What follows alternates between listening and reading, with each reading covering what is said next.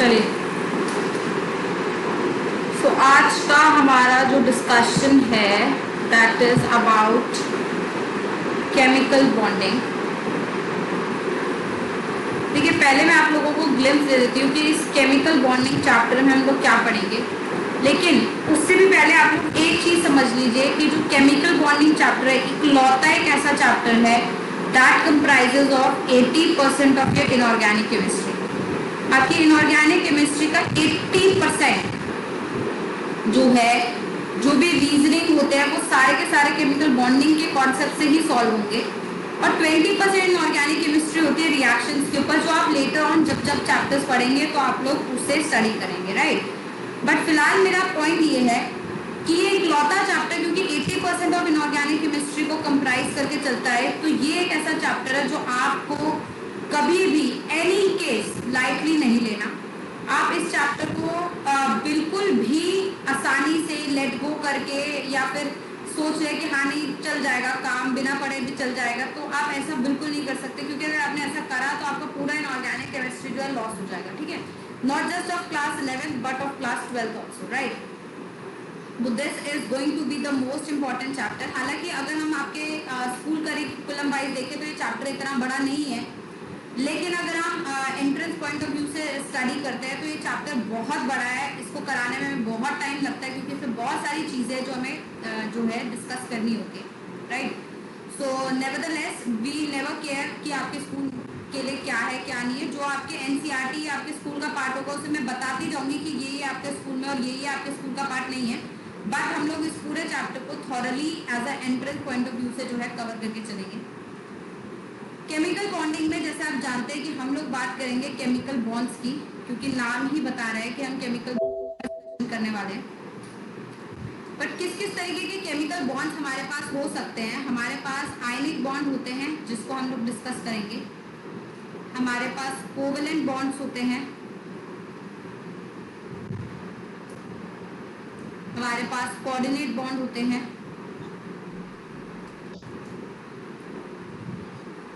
हमारे पास hydrogen bonds होते हैं। हम बेसिकली सारे तरीके के जितने भी बॉन्ड्स हैं उनको जो है क्लियरली डिस्कस करेंगे। But let's first start this chapter with the discussion of ionic bond, right. Ionic bond की अगर हम लोग बात करें स्पेसिफिकली, तो ये चीज आप लोगों ने पीरियोडिसिटी से पढ़ के आप लोग आए हो कि अगर एक आयनिक बॉन्ड बनाना है तो ये आयनिक बॉन्ड तब बन सकता है जब हमारे पास दो तरीके के जो है मतलब कंपाउंड्स प्रेजेंट हो या फिर एलिमेंट्स प्रेजेंट हो। एक एलिमेंट जो अपना इलेक्ट्रॉन लूज करना चाहे और दूसरा एलिमेंट जो हमारा इलेक्ट्रॉन गेन करना चाहे, है ना। क्योंकि आयनिक बॉन्ड बेसिकली क्या होता है, it is nothing but a force of electrostatic force of attraction, nothing but electrostatic force of attraction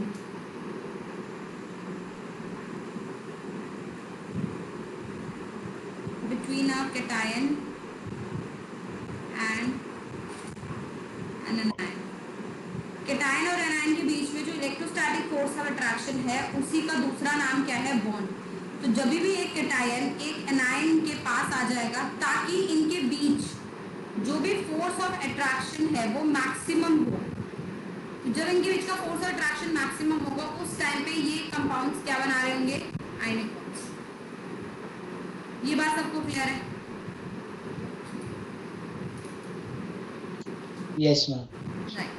अब अगर आयनिक बॉन्ड्स को हमने क्योंकि पीरियोडिसिटी में थोड़ा सा देखा हुआ है तो मैं इसे रिकॉल करा देती हूँ।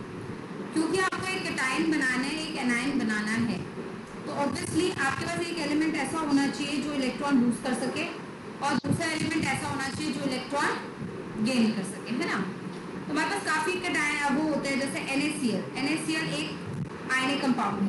आप कभी नोटिस करोगे, आप कभी भी NaCl को क्या ऐसे लिखते हो? No, you always write it like NaCl, that means Na plus and Cl minus, you always write it like this, you never draw a bond between them। ऐसा आप बॉन्ड नहीं बनाते, बिकॉज अगर आपने ऐसे लिखा ना, मतलब ये बॉन्ड सिग्निफाई करता है कोवेलेंट नेचर को, मतलब ये कोवेलेंट बॉन्ड है, जबकि इनके बीच में कोवेलेंट बॉन्ड नहीं होता, इनके बीच में क्या होता है, आयनिक बॉन्ड होता है। और आयनिक एक्चुअली देखा जाए तो कुछ है ही नहीं, ये कोई कुछ नहीं है, ये बस एक फोर्स ऑफ अट्रैक्शन है और कुछ नहीं, दिस इज नथिंग। बस एक फोर्स ऑफ अट्रैक्शन है जो कैटायन और एनायन को जो है आपस में क्लोजली टाइटली हेल्ड करके रखा हुआ है, that is what ionic bond is, right.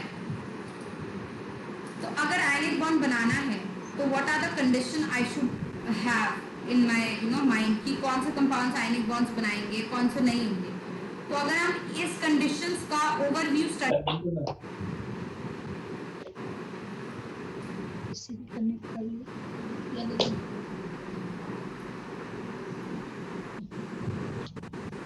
Ionic bond कौन बना रहा है कौन नहीं बना रहा है, ओवरव्यू अगर हम स्टडी करें तो हम बोलेंगे one element should have low ionization energy,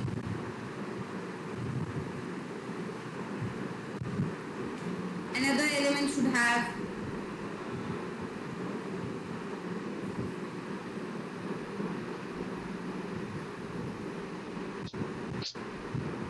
high electron affinity, right। तो एक के पास लो आयनाइजेशन एनर्जी होना चाहिए, दूसरे के पास हाई इलेक्ट्रॉन एफिनिटी होनी चाहिए, तभी जिसके पास इलेक्ट्रॉन आयनाइजेशन एनर्जी लो है वो इलेक्ट्रॉन लूज करेगा, और जिसके पास इलेक्ट्रॉन एफिनिटी हाई है वो क्या करेगा, इलेक्ट्रॉन को गेन करेगा। लूज और गेन की वजह से जो है आयनिक बॉन्ड एग्जिस्ट करेगा। बट ऑफ कोर्स आप लोगों को मैंने प्रियोरिसिटी में पढ़ाया है कि सारी चीजें इतनी सिंपल नहीं होती हैं कि हम ये सोचे कि अगर एक इलेक्ट्रॉन कोई लूज कर रहा है दूसरा गेन कर रहा है तो इतने से काम चल जाएगा, नहीं। There's a lot of energies which is included when I talk about ionic bond, right? So let's move towards that cycle. Shall I remove this? क्योंकि इसमें तो ऐसा कुछ है नहीं, हटा दो इसे। Yes, ma'am. ठीक है, तो अगर हम आयनिक कंपाउंड का फॉर्मेशन करें, लेट्स से मैं बेटा NaCl का फॉर्मेशन कर रही हूँ, तो Na मैं क्या लेती हूँ, सॉलिड फॉर्म में लेती हूँ, Cl2 मैं गैसेस फॉर्म में लेती हूँ, तब जाके आयनिक कंपाउंड बनता है जिसे हम बोलते हैं NaCl, सॉलिड फॉर्म में, है ना। इसके लिए मुझे सबसे पहले यहाँ क्या देनी पड़ती है बेटा, सब्लिमेशन एनर्जी। तो Na किस जाएगा, गैस में जाएगा। बेटा आयोनाइजेशन एनर्जी, तो मुझे क्या मिलेगा, Na+ इन गैस स्टेट, राइट। फिर यहाँ मैं दूंगी बॉन्ड एसोसिएशन एनर्जी, हाफ क्यों, क्योंकि रिएक्शन में ही हाफ है, तो Cl इन गैस स्टेट। फिर एक एनर्जी रिलीज होगी जिसे बोलते हैं electron gain enthalpy,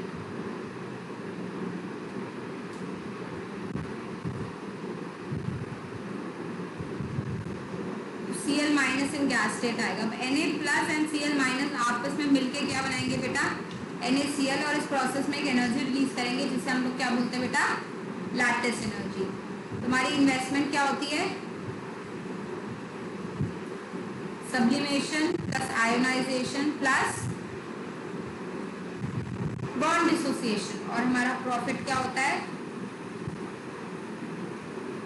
electron gain enthalpy plus lattice energy. But हमारा एक बिजनेस को सक्सेसफुल करने के लिए हमारा इन्वेस्टमेंट कम होना चाहिए, हमारा प्रॉफिट क्या होना चाहिए, ज्यादा।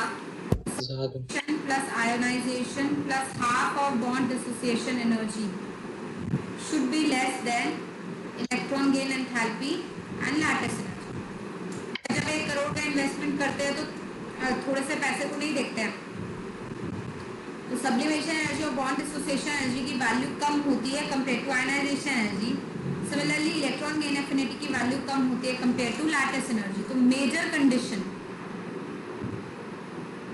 ताकि मेरा कंपाउंड एक आयनिक बॉन्ड बना सके, उसकी मेन कंडीशन क्या है कि ionization energy should be less than the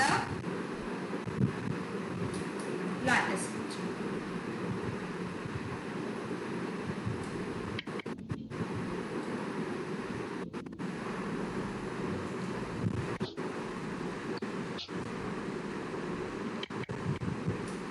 right. तो एक्चुअली में मेरी बात ध्यान से सुनेगा, ये क्वेश्चन जनरली पूछा जाता है कि अगर एक कंपाउंड को आयनिक बॉन्ड बनाना है तो उसको आयनिक बॉन्ड बनाने के लिए क्या क्या कंडीशंस जरूरी है, what are the conditions I need to form ionic bond. तो आप उसमें ये लिखेंगे element should have low ionization energy, one should have high ionization electron affinity, there should be high lattice energy and all that. आप यही लिखेंगे जब आप बेसिकली किसी भी CBSE या ISC एग्जाम की बात कर रहे हैं तो। बट जब आप एंट्रेंस की बात कर रहे हैं तब आपको ये चीज काफी अच्छे से क्लियर होनी चाहिए कि यहाँ पे आयनाइजेशन एनर्जी के लो होने से कोई फर्क नहीं पड़ता है, लैटिस एनर्जी के हाई या लो होने से भी कोई फर्क नहीं पड़ता है। फर्क इन दोनों से पड़ता है कि कब तक लैटिस जो है वो आयनाइजेशन से ज्यादा है और कब लैटिस आयनाइजेशन से कम है, या वाइस वर्सा। इस चीज से फर्क पड़ता है। मतलब यहाँ पे कंपटीशन चलेगा आयोनाइजेशन और लैटिस में। आयोनाइजेशन अलोन कुछ हैंडल नहीं करेगी, लैटिस भी अलोन कुछ हैंडल नहीं करेगा। आयनाइजेशन और लैटिस को साथ में चलना है, ठीक है। और जब तक लैटिस एनर्जी आयनाइजेशन एनर्जी से ज्यादा नहीं हो जाती तब तक कोई भी आयनिक कंपाउंड बन नहीं सकता। ये बात सबको समझ आ गई है? ये बताना दोबारा कंडीशन।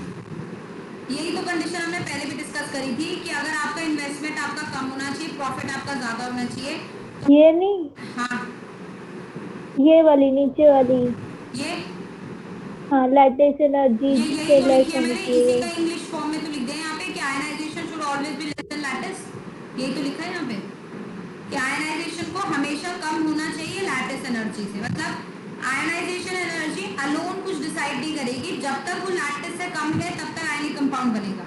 चाहे वो इंडिविजुअली आप उसे कितने भी बोल लो कि हाई या लो है, उससे मतलब नहीं है। वो लैटिस के हिसाब से हाई या लो है, उससे मतलब है। ओके, बात क्लियर हुई? यस, ठीक है। तो आयनाइजेशन एनर्जी अलोन कुछ डिसाइड नहीं करेगी और लैटिस एनर्जी भी अलोन कुछ डिसाइड नहीं करेगी। यहाँ तक सबको क्लियर है? Now, Yes, ma'am. आपको ये यस पता है कि लैटिस एनर्जी दो पैरामीटर्स पे डिपेंड करती है, directly proportional to charge and inversely proportional to size. Do you remember this? Yes, ma'am. अब जरा कुछ एक चीज लेके चलते हैं। Shall I remove this? Yes ma'am. जैसे एक सवाल मैंने लिखा आपके सामने कि NaCl exist,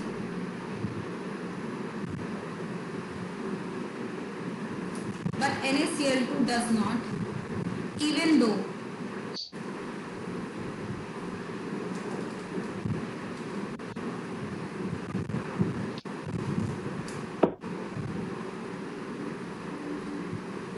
बताइए स्टेटमेंट मैंने सही लिखी है नहीं लिखी?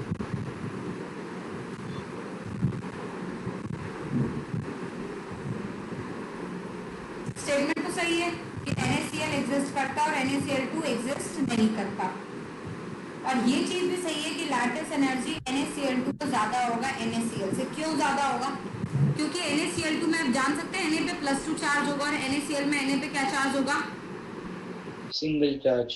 और अगर चार्ज बढ़ता है तो लैटिस एनर्जी बढ़ती है। Yes, ma'am. Yes ma'am. और साइज भी अगर देखा जाए तो Na+2 का छोटा होगा छोटा होगा। इससे। तो इसका मतलब चार्ज अगर साइज छोटा होगा तो भी लैटिस एनर्जी बढ़ेगी। मतलब इन एवरी केस ये चीज सही लिखी हुई है कि लैटिस एनर्जी NaCl2 की ज्यादा है NaCl से, लेकिन फिर भी NaCl2 नहीं बनता है ना? क्यों? Yes ma'am. Ma'am second ionization energy ज़्यादा होती है। हाँ, सेकेंड आयनाइजेशन ज्यादा होती है। इसका मतलब ओवरऑल बात ये है कि यहाँ तुम एक ही पैरामीटर देख रहे हो ना, सिर्फ कौन सा? Lattice energy. और मैंने अभी तो बताया कि सिर्फ लैटिस और सिर्फ आयनाइजेशन कुछ भी चेक नहीं कर सकते। अगर कोई चीज बन रही है या नहीं बन रही, उसमें किसका रोल है? दोनों का रोल है ना? तो ये बात बिल्कुल सही है कि NaCl2 की लैटिस एनर्जी ज्यादा है NaCl से, बट आयोनाइजेशन एनर्जी भी तो ज्यादा है ना? Yes, ma'am. Yes, ma'am. क्या दोगे? Ionization energy of Na+2 is way more higher than ionization energy of Na+1, and so ionization energy of Na+2 cannot compensate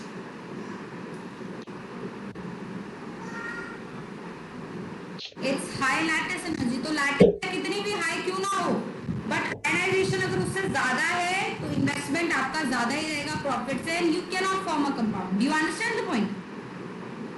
Yes, ma'am. Similarly let's say मैं बोल देती हूँ MgO एग्जिस्ट, या फिर let's say MgCl2 exist even though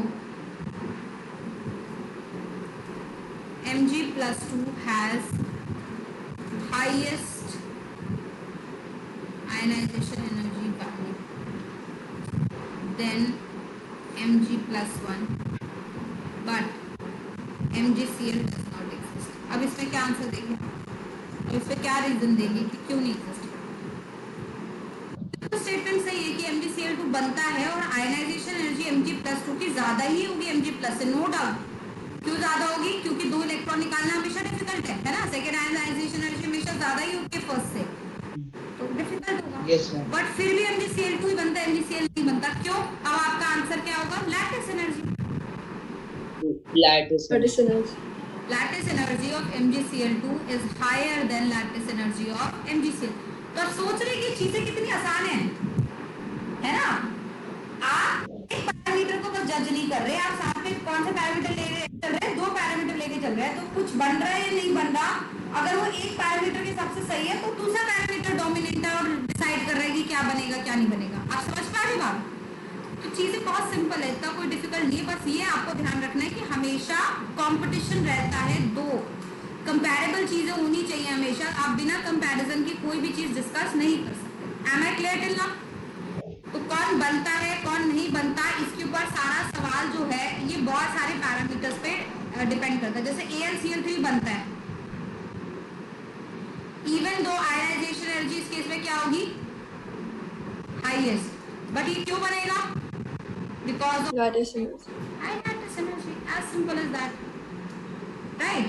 तो अगर आपसे अब कोई सवाल पूछा जाए कि ये बनता है जबकि इसमें ये गड़बड़ है, ये नहीं बनता जबकि ये है, और आपको रियलिटी में पता है कि क्या बनता है नहीं क्या बनता, तो आप किस बेसिस पे आंसर देंगे। अगर आयनाइजेशन गड़बड़ है इसका मतलब लैटिस एनर्जी आंसर दे रही है, और अगर लैटिस गड़बड़ है तो आंसर कौन दे रही है, आयनाइजेशन। का आपस में कंपटीशन चलता है, कभी भी एक पैरामीटर को देखकर सवाल नहीं डिसाइड किया जा सकता। बात क्लियर? Yes, ma'am.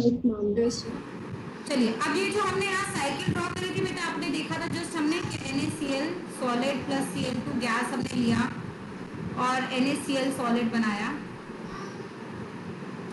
इसके लिए हमने सब्लिमेशन एनर्जी दी, Na गैस बना, फिर आयनाइजेशन एनर्जी दी, फिर Na प्लस गैस बना, बॉन्ड डिसोसिएशन एनर्जी दी, Cl गैस बना, इलेक्ट्रॉन एफिनिटी दी, रिलीज हुई, इलेक्ट्रॉन गेन एंथैल्पी रिलीज हुई, Cl माइनस गैस बना, और ये आपस में जुड़ के क्या बना दिया, लैटिस एनर्जी। इस साइकिल को, ये जो पूरा साइकिल आपके सामने ड्रॉ किया गया बेटा, इस साइकिल को बोला जाता है बॉर्न हेबल साइकिल।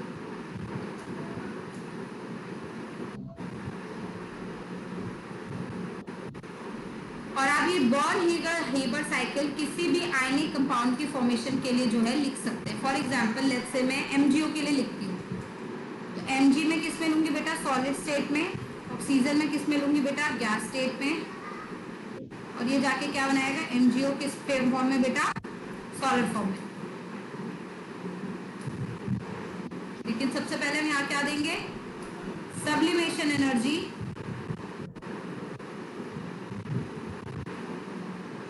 Mg क्या बन जाएगा बेटा, गैस। फिर आप इसको ध्यान देंगे कि आपको यहाँ पे 2 आयनाइजेशन एनर्जी देनी पड़ेगी, 1 and 2। वाई 2 क्यों देनी पड़ेगी, क्योंकि आपको Mg+2 बनाना है, ना कि Mg+1।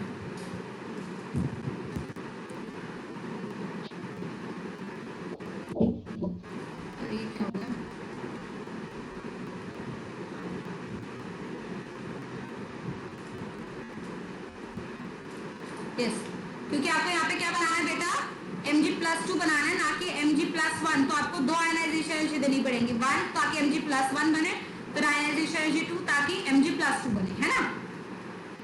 तो यहाँ पे आप बॉन्ड डिसोसिएशन एनर्जी देंगे BDE हाफ, तो आपको O मिलेगा गैस स्टेट में।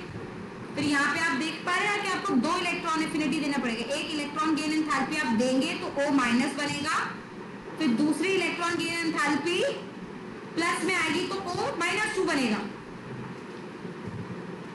समझ पा रहे हैं? और फिर ये दोनों आपस में मिलके लैटिस एनर्जी रिलीज करेंगे। इस केस में मेरी इन्वेस्टमेंट क्या क्या होगी, sublimation plus ionization 1 plus ionization 2 plus half of bond dissociation plus second, ये फर्स्ट है तो ये सेकेंड है, सेकेंड इलेक्ट्रॉन गेन एंथैल्पी। और प्रॉफिट क्या होगा मेरा, सिर्फ in enthalpy and lattice. समझ पाए बच्चे? लेकिन इस केस में भी जब इन्वेस्टमेंट को कम होना है प्रॉफिट से, सारी चीजें इग्नोर हो जाएंगी। जो चीज सिर्फ रहेगी इन्वेस्टमेंट में वो होगी आयनाइजेशन 1 प्लस आयनाइजेशन 2, और प्रॉफिट में जो रहेगा वो सिर्फ क्या रहेगा, लैटिस। सारी आयनाइजेशन एनर्जी अगर लैटिस एनर्जी से कम है, चाहे फर्स्ट या सेकंड या थर्ड, सबका सम अगर लैटिस से कम है तभी मेरा आयनिक कंपाउंड बनेगा, नहीं तो मेरा आयनिक कंपाउंड फॉर्म नहीं होगा। नहीं हुआ। बात क्लियर? Yes ma'am. राइट, हटा दे से। Ma'am please wait.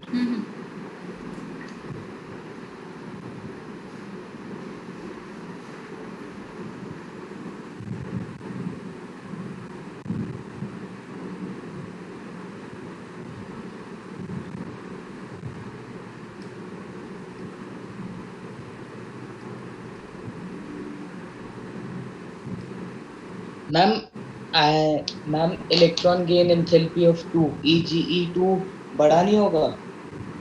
किससे? ऑब्वियसली Eg1 से तो बड़ा, अच्छा ये वाला वैल्यू बड़ा होगा किससे? इससे EG1 वन हाँ से जी बड़ा मैम। होगा ना। हाँ, बट मैं उसको कंपेयर तो इन सब से कर रही हूँ ना, आयनाइजेशन से करके इग्नोर कर रही हूँ ना।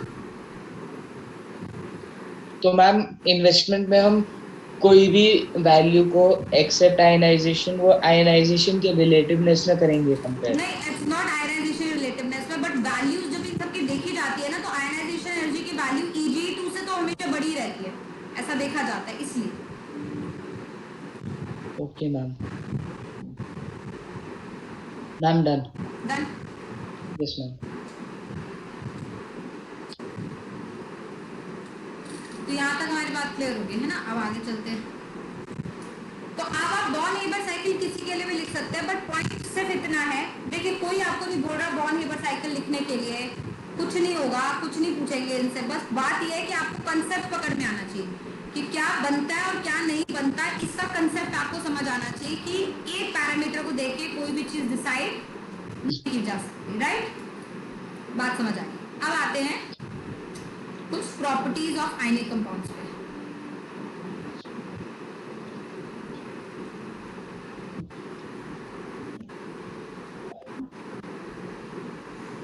अब आयनिक कंपाउंड्स की अगर प्रॉपर्टीज डिस्कस करें तो आपको ये पता है कि आयनिक कंपाउंड्स जो होते हैं वो strong, they have strong melting point and boiling.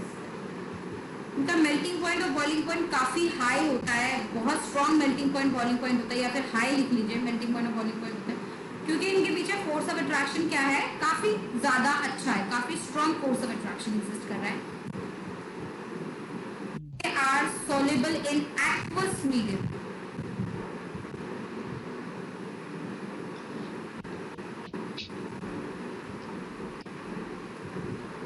ये किसमें सॉल्युबल होते हैं बेटा? एक्वस मीडियम में ये सब सॉल्युबल होते हैं। अच्छा, अब एक्वस मीडियम में सॉल्युबल होते हैं, ये चीज तो मैंने आपको लास्ट क्लास में डिस्कस करी थी कि जैसे आप लोग जानते हैं कि कोई भी आयनिक कंपाउंड होता है वो इलेक्ट्रिसिटी कंडक्ट करता है किसमें? एक्वस फेज में, है ना? क्यों? क्योंकि एक्वस फेज में क्या बना सकता है? आयन बना सकता है एक्वस फॉर्म में, या फिर हाइड्रेटेड आयन बना सकता है, जैसे ये एक्वस मीडियम में सॉल्युबल होता है ना। They are soluble in aqueous medium. ये चीज हमें समझ आ रही है। Ionic compounds are brittle in nature,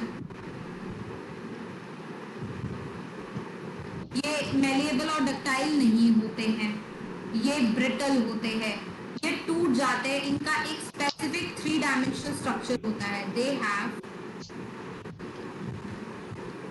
specific 3 dimensional structure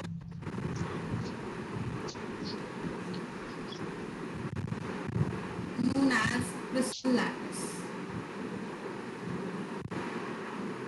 इनका एक स्पेसिफिक 3 डायमेंशनल स्ट्रक्चर होता है जिनको इनका क्रिस्टल लैटिस बोला जाता है। हर आयनिक कंपाउंड का एक स्ट्रक्चर होता है सॉलिड फॉर्म में, जो एक मतलब कहाँ पे क्या होगा, कौन सा कैटायन प्रेजेंट होगा, कहाँ पे कौन सा एनायन प्रेजेंट होगा, उसके बारे में इंफॉर्मेशन देता है।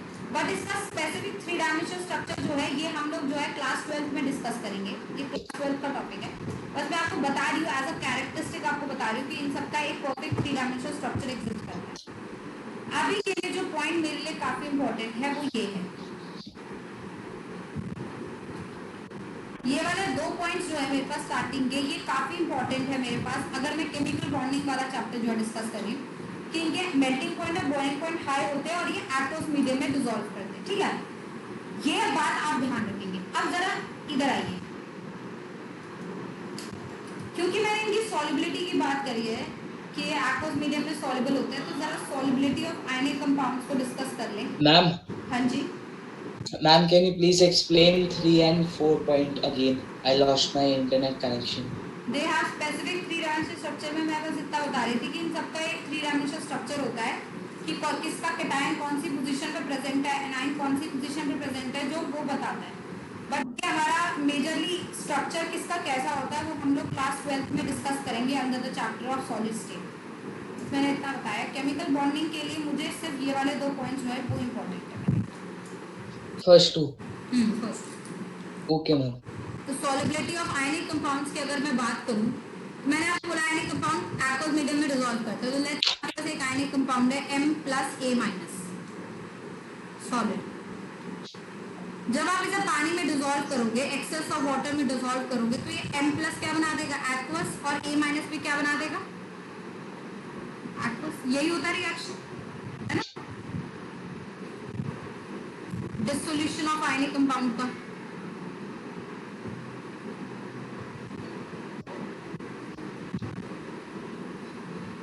बट एक बात बताइए कि जो आयनिक कंपाउंड है ये ब्रेक करता है, ये मैंने डिस्कस किया था आपके साथ कि जब आयनिक कंपाउंड फॉर्म होता है तो एक एनर्जी रिलीज होती है जिसे हम क्या बोलते हैं, ionization energy. Do you understand this point, है ना, एक एनर्जी रिलीज होती है जिसे हम बोलते हैं आयोनाइजेशन, सॉरी, जब एक आयनिक कंपाउंड फॉर्म होता है तो एक एनर्जी रिलीज होती है जिसे हम क्या बोलते हैं, लैटिस एनर्जी, है ना। Lattice energy. इसको हम Lattice. डिफरेंट वे में भी तो बोल सकते हैं ना कि एक आयनिक कंपाउंड को अगर मुझे ब्रेक करना है तो मुझे लैटिस एनर्जी क्या करना पड़ेगा, देना पड़ेगा उसे, है ना। तो अगर मैं इस आयनिक कंपाउंड को लैटिस दूंगी तो वो इसमें टूट जाएगा, M+ गैस और A- गैस मतलब इसके constituent species in gaseous state में, और जब ये पानी के साथ रिएक्ट मैम, एक एनर्जी रिलीज करेंगे जिससे हम लोग क्या बोलते हैं, हाइड्रेशन एनर्जी। हाँ बेटा, hydration energy. कुछ कह रहे देवांश? नहीं मैम, वो मेरे को आ गया। I was asking that M plus और A minus अगर solid state में तो वो गैस वो आ गया। आ गया ना समझ, ठीक है। तो जब गैस से वो एक्वस स्टेट में जाते हैं तो एक एनर्जी रिलीज करते हैं जिसे हम लोग क्या बोलते हैं बेटा, हाइड्रेशन एनर्जी। तो आप ये देख पा रहे हैं कि इनकी सॉल्युबिलिटी, आयनिक कंपाउंड की सॉल्युबिलिटी जो है 2 फैक्टर पे डिपेंड कर रही है, एक लैटिस एनर्जी और दूसरा हाइड्रेशन एनर्जी। तो अगर इस कंपाउंड में हाइड्रेशन एनर्जी, हाँ इन्वेस्टमेंट देखा जाए तो वो क्या है, लैटिस, और अगर प्रॉफिट देखा जाए Lattice तो वो क्या and है, hydration. हाइड्रेशन। हाइड्रेशन एनर्जी, तो lattice energy has to be less than, Hydration energy. तो आपने कभी ऐसा देखा है कि आप, वैसे ऐसा नहीं होता, जो भी आयनिक कंपाउंड्स होते हैं उनको एक्वस मीडियम में सॉल्युबलाइज होना होता है, लेकिन फिर भी हम ये बात नहीं करते कि यार ये कम सॉल्युबल है पानी में, ये ज्यादा सॉल्युबल है पानी में, ऐसा डिस्कशन हम करते हैं ना। और कुछ कंपाउंड्स आप ऐसे भी दिखते हैं जो इनसॉल्युबल होते हैं वाटर में, है ना। ऐसा नहीं है कि सारे आयनिक कंपाउंड इक्वल एक्सटेंट से सॉल्युबल होंगे, कौन कितना सॉल्युबल है कौन कितना सॉल्युबल नहीं है, अगेन ये कौन से 2 पैरामीटर डिसाइड करेंगे, lattice energy, hydration energy and lattice energy.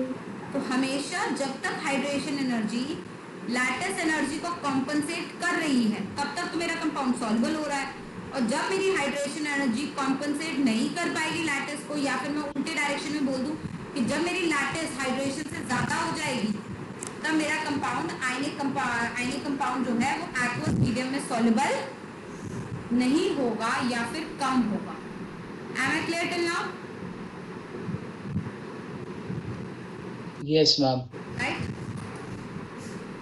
हटा दूं? कंडीशन फॉर सॉल्युबिलिटी क्या है आयनिक कंपाउंड की?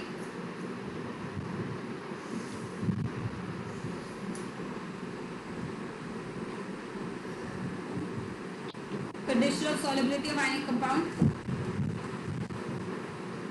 Hydration energy should be greater than lattice energy.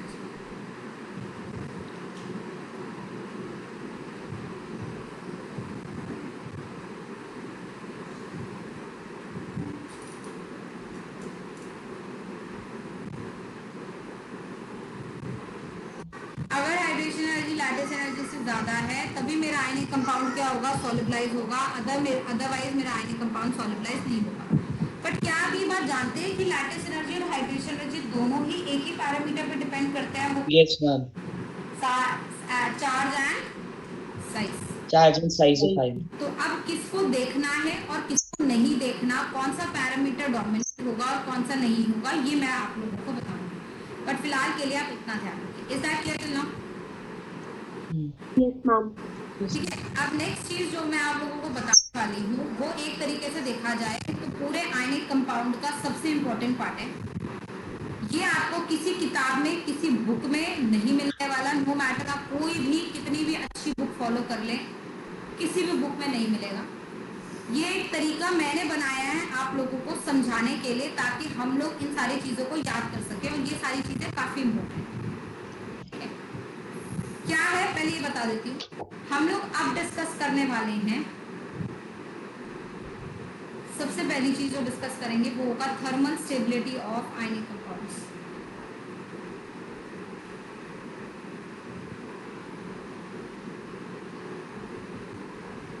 तो आज हम लोग जो डिस्कस करेंगे वो है थर्मल स्टेबिलिटी आयनिक कंपाउंड का मतलब कि कौन सा आयनिक कंपाउंड स्टेबल है, कौन सा आयनिक कंपाउंड स्टेबल नहीं है, कौन सा आयनिक कंपाउंड कितना स्टेबल है, उसके बारे में हम लोग जो है डिस्कस करेंगे। फिर बाद में हम लोग डिस्कस करेंगे कि कोई आयनिक कंपाउंड अगर सॉलिबिलिटी की बात करें तो कितना सॉलिबल है और कितना सॉलिबल नहीं है, उसको डिस्कस करेंगे, है ना। लेकिन जब मुझे थर्मल स्टेबिलिटी आयनिक कंपाउंड की देखनी होती है, मुझे बहुत सारी चीजें अपने दिमाग में जो है रखनी होती है, ठीक है। थर्मल स्टेबिलिटी आयनिक कंपाउंड की दो चीजों पे डिपेंड करती है बेटा। एक लैटिस एनर्जी ऑफ कोर्स,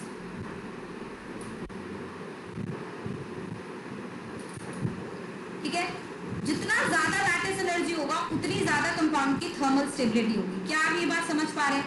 क्योंकि जितना ज्यादा लैटिस एनर्जी मतलब उतना एनर्जी रिलीज हुई है कंपाउंड, जब कैटायन और एनायन एक दूसरे के क्लोजर आया, तो जब क्लोजर आया तो वो स्टेबल हुआ, और स्टेबिलिटी जितनी ज्यादा होगी उतनी ज्यादा एनर्जी क्या होगी, रिलीज होगी।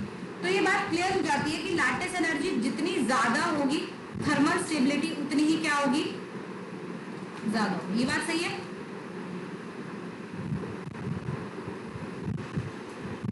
Thermal stability means temperature sensitiveness. अगर कोई कंपाउंड ज्यादा अच्छा स्टेबल है तो वो कम टेम्परेचर पे डीकम्पोज होगा और टेम्परेचर में इतने आराम से टूटेगा नहीं। कम स्टेबिलिटी होती है, बट हम टेम्परेचर के रिस्पेक्ट में स्टेबिलिटी चेक करते हैं कि जो ज्यादा स्टेबल है उसे तोड़ने के लिए ज्यादा टेम्परेचर लगेगा, जो कम स्टेबल है उसे तोड़ने के लिए कम टेम्परेचर लगेगा। वही चीज हमारी थर्मल स्टेबिलिटी होती है। बात क्लियर? yes तो एक पैरामीटर मैंने बता दिया आपको, वो है लैटिस एनर्जी। बट जैसे सारी चीजें आप देख रहे हैं कि एक सारा पैरामीटर पे डिपेंड कर रही है, मतलब एक सेकंड पैरामीटर भी होगा जो आयनिक कंपाउंड की थर्मल स्टेबिलिटी को डिटरमाइन करेगा, और वो पैरामीटर होगा बेटा अमाउंट ऑफ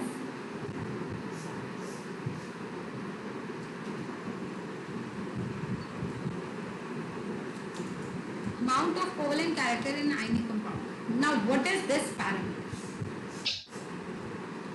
पहले तो ये चीज डिस्कस करें, उसके बाद ही तो पहुंचेंगे थर्मल स्टेबिलिटी। कोवेलेंट कैरेक्टर कहाँ से आ गया आयनिक कंपाउंड? एक चीज बेटा याद रखिए, rule of thumb, no bond is 100% ionic, no bond is 100% covalent. कोई भी बॉन्ड 100% आयनिक या 100% कोवेलेंट नहीं हो सकता है। कहने का मतलब ये है कि अगर आप सोच रहे हो कि NaCl आयनिक कंपाउंड है तो मैम ये 100% आयनिक होगा, गलत बात। 100% जैसी कोई भी चीज केमिस्ट्री में एग्जिस्ट नहीं करती। अगर मैं बोलूं हाइड्रोजन मॉलिक्यूल है H2, मैम ये तो 100% कोवेलेंट बॉन्ड है। हाँ, बिल्कुल गलत। 100% जैसी कोई भी चीज केमिस्ट्री में एग्जिस्ट नहीं करती है। कंपाउंड में चाहे कम ही सही, बट कोई ना कोई कोवेलेंट कैरेक्टर जरूर होता है, और कोवेलेंट कंपाउंड में कम ही सही बट थोड़ा बहुत आयनिक कैरेक्टर जरूर होता है। तो अगर मेरे कंपाउंड में कोवेलेंट कैरेक्टर कम है और आयनिक मेजर है तो वो आयनिक कंपाउंड कहलाता है। बट इसका मतलब ये नहीं है कि वो पूरा आयनिक ही होगा, उसके अंदर थोड़ा सा कोवेलेंट होगा, बस कोवेलेंट की मात्रा काफी कम होगी। समझ रहे मेरी बात को? और यही चीज कोवेलेंट में भी होता है। Yes, ma'am. कोई भी कंपाउंड 100% कोवेलेंट है, इवन होमोन्यूक्लियर स्पीशीज। अगर आप होमोन्यूक्लियर ले रहे हैं, जैसे हाइड्रोजन मॉलिक्यूल होमोन्यूक्लियर है, ऑक्सीजन ले रहे हैं, ये तो होमोन्यूक्लियर है, इसमें इलेक्ट्रोनेगेटिविटी का डिफरेंस भी नहीं है, तो भी ये 100 मैम कोवेलेंट नहीं होंगे। हाँ जी, Ma'am. हाँ जी। Ma'am your voice is cracking. Yes, ma'am. Ma'am your voice is cracking. हाँ, अभी सुनाई दे रहा है? आवाज आ रही है? Yes ma'am. Yes, ma'am. I was saying कि चाहे होमोन्यूक्लियर स्पीशीज ही क्यों ना हो, इलेक्ट्रोनेगेटिविटी का कोई डिफरेंस नहीं है, बट स्टिल ये फिर भी 100% कोवेलेंट नहीं होंगे। इनके अंदर कोई ना कोई आयनिक कैरेक्टर जरूर एग्जिस्ट करेगा, और यही जाता है किसी भी आयनिक कंपाउंड में।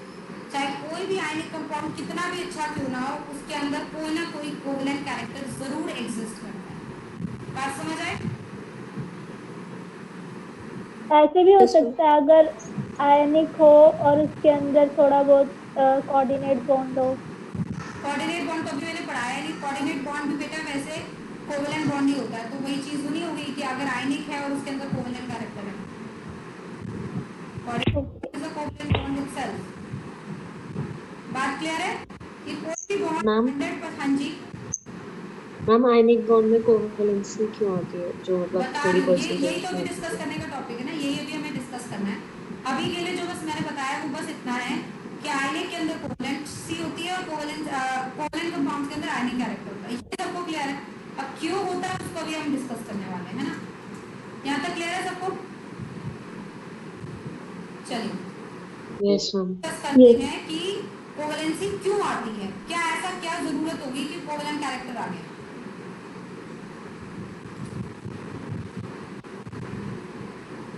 यहाँ लिख रहे हैं covalent character in ionic compound.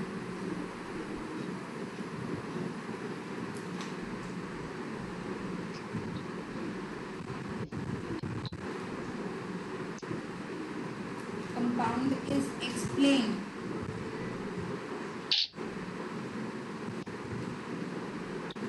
Bye फजान्स rule.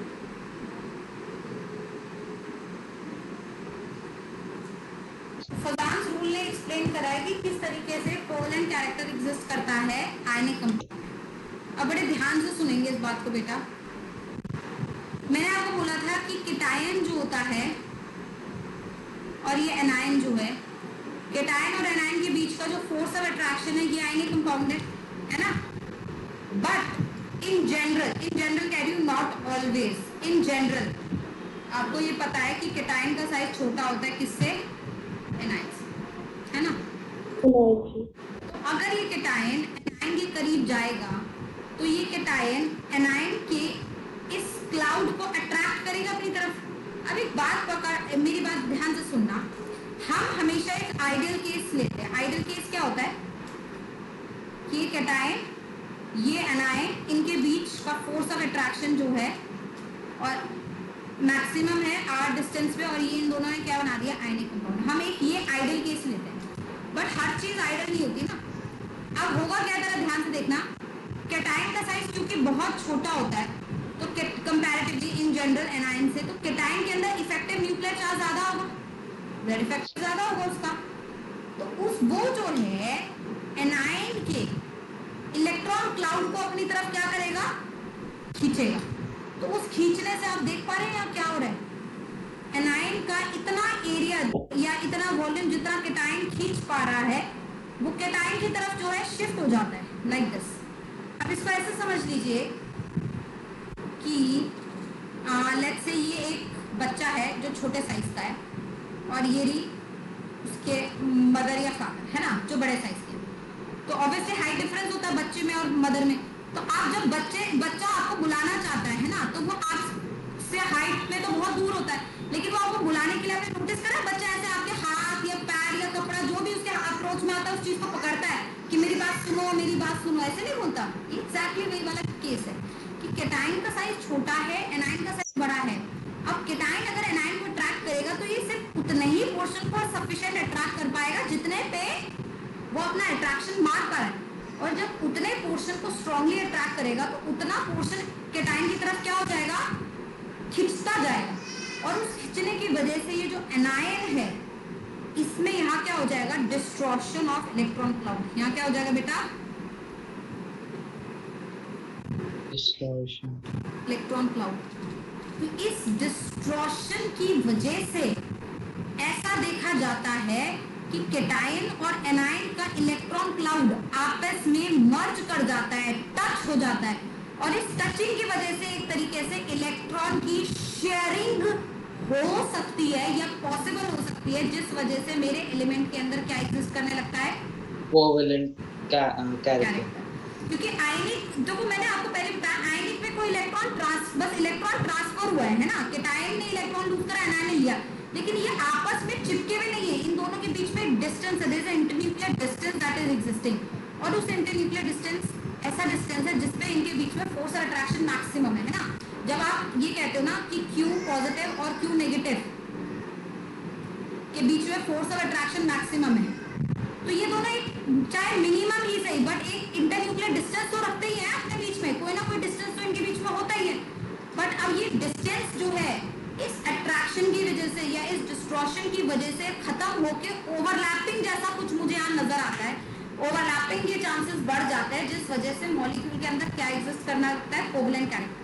हालांकि अभी आप जब मैं कोवेलेंट बॉन्ड आपको पढ़ाऊंगी तो आप इस ओवरलैपिंग वाली चीज को और अच्छे से समझ पाएंगे, क्योंकि हम लोग आगे पढ़ेंगे कि कोवेलेंट कंपाउंड बनता है by overlapping of atomic orbitals. ध्यान रखिए क्या बोला मैंने, is formed by overlapping of atomic orbitals. Atomic orbitals की ओवरलैपिंग होती है जिस वजह से हमारा इलेक्ट्रॉन क्लाउड जो है बेसिकली एक दूसरे के ऊपर मर्ज करता है या ओवरलैप करता है और कोवेलेंट कैरेक्टर आता है। ओवरलैपिंग कैसे होती है ये सब हम कोवेलेंट कंपाउंड में डिस्कस करेंगे, बट फिलहाल के लिए आप ये देख पा रहे हैं कि जहां जहां ओवरलैपिंग की पॉसिबिलिटी है वहां वहां क्या एग्जिस्ट कर सकता है, कोवेलेंट कंपाउंड, ये कोवेलेंट कैरेक्टर। बात समझ आई।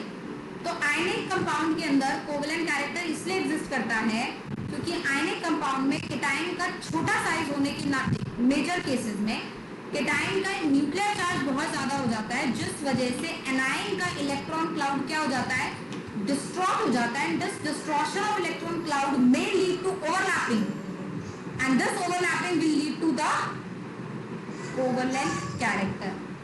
बात समझ आई सबको मैंने क्या बोला? आइडियल केस में भी ये होगा। एक मिनट क्या राधिका क्या बोल रहे हो? आइडियल केस में भी ऐसा होगा।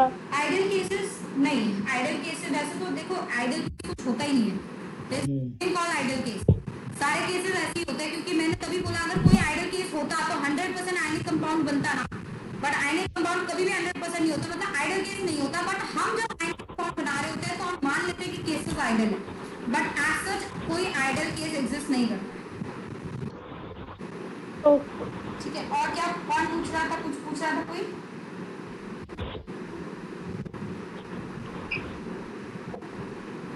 ओके, बात क्लियर होगी?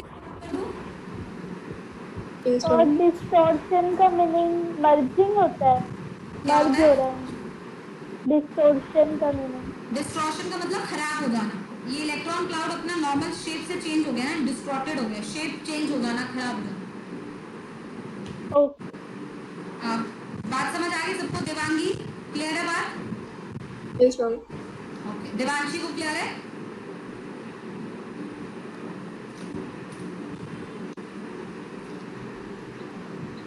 चलिए तो हम लिख सकते हैं सामने बात समझ आ गई क्यों एग्जिस्ट कर रहा है कोवेलेंट कैरेक्टर आयनिक कंपाउंड में? Yes ma'am. तो आगे चलते हैं। हाँ, मैं क्या बोल रही थी, तो जान लिख सकते हैं covalent character exist in ionic compound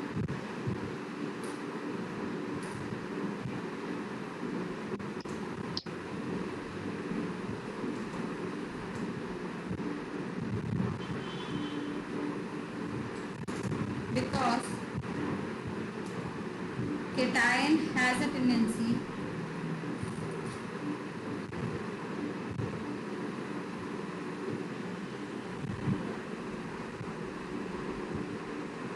to distort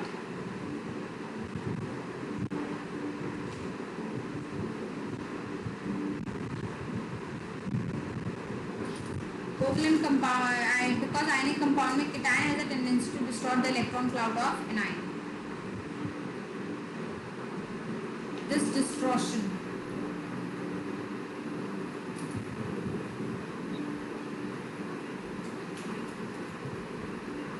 of ionic cloud of anion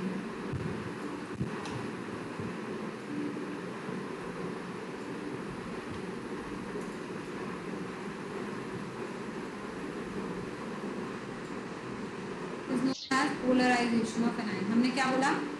क्योंकि केटायन एनायन के इलेक्ट्रॉन क्लाउड को डिस्टॉर्ट कर देता है और इस चीज को हम लोग बेसिकली क्या बोलते हैं? Polarization of anion. तो एनायन के अंदर बेसिकली पोलराइजेशन एग्जिस्ट करती है जिस वजह से एनायन के इलेक्ट्रॉन क्लाउड क्या हो जाता है? डिस्टॉर्ट हो जाता है बाय केटायन और जितना ज्यादा डिस्टॉर्शन होगा उतना ज्यादा उसके अंदर क्या होगा बेटा? पोलराइजेशन और उतना ज्यादा उसके अंदर कोवेलेंट कैरेक्टर आता रहेगा। अब दो तीन चीजें समझने की बात है।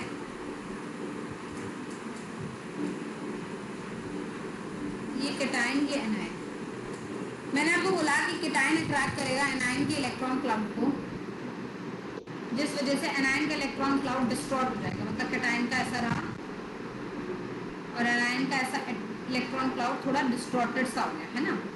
और इस डिस्टॉर्शन की वजह से there be chances of overlapping और जितना ओवरलैपिंग हो पाएगी जितनी डिस्टॉर्शन होगी उतना ज़्यादा उसके अंदर क्या एग्जिस्ट करेगा? Covalent character. अब मेरी बात ये है, क्वेश्चन मेरा ये है कि एनायन का ही इलेक्ट्रॉन क्लाउड क्यों डिस्टॉर्ट हो रहा है? केटायन ही खाली एनायन को थोड़ी अट्रैक्ट कर रहा था, एनायन भी तो केटायन को अट्रैक्ट कर रहा था। तो अगर एनायन केटायन को अट्रैक्ट कर रहा है तो केटायन का इलेक्ट्रॉन क्लाउड भी डिस्टॉर्ट होना चाहिए। बोलो हाँ या ना? बात सही नहीं है? खाली एनायन थोड़ी अट्रैक्ट हो रहा है केटायन से, एनायन अट्रैक्ट कर भी तो रहा है केटायन को। डिस्टॉर्ट हो रहा, केटायन का इलेक्ट्रॉन क्लाउड इसलिए डिस्टॉर्ट नहीं हो रहा बेटा क्योंकि जनरली केटायंस का साइज छोटे होने की वजह से उसका आउटर मोस्ट इलेक्ट्रॉन न्यूक्लियस के साथ क्या होता है? टाइटली हेड होता है क्योंकि उसके अंदर हाई जेड इफेक्टिव क्या होता है? ज्यादा होता है। तो जो उसका इलेक्ट्रॉन क्लाउड है वो ऑलरेडी न्यूक्लियस ने इतना टाइटली पकड़ के रखा है कि वो उतनी आसानी से डिस्टॉर्ट नहीं हो सकता। Yes ma'am. एनायन में उल्टा है, एनायन में साइज बड़ा होने की वजह से जेड इफेक्टिव क्या है? इट इंक्रीज और जेड इफेक्टिव कम होने की वजह से मतलब क्या है कि इलेक्ट्रॉन क्लाउड लूजली हेल्ड है। तो अगर लूजली हेल्ड होगा तो वो जल्दी से क्या हो जाएगा? डिस्टॉर्ट हो जाएगा, खराब हो जाएगा, डीफॉर्म हो जाएगा, है ना। तो ये बात तो याद रखिए हमेशा कि इलेक्ट्रॉन क्लाउड जनरली किसका डिस्टॉर्ट होता है? एनायन का ही होता है। केटायन का इलेक्ट्रॉन क्लाउड डिस्टॉर्ट इतनी आसानी से नहीं हो सकता क्योंकि केटायन का इलेक्ट्रॉन क्लाउड टाइटली हेल्ड है किससे? न्यूक्लियस। बात क्लियर? ठीक है। बट इसका मतलब ये नहीं है कि एनायन केटायन को अट्रैक्ट नहीं कर रहा, एनायन केटायन को अट्रैक्ट कर रहा है बट डिस्टॉर्ट नहीं कर रहा। ठीक है। अब आया क्या?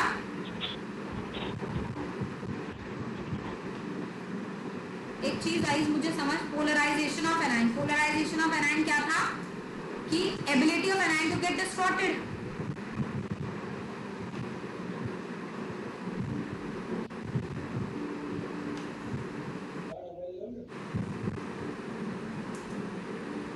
एनायन की एबिलिटी डिस्टॉर्ट होने की एनायन की पोलराइजेशन होती है। वैसे ही एक और टर्म हम लोग कोट करते हैं जिसको बोलते हैं polarisability.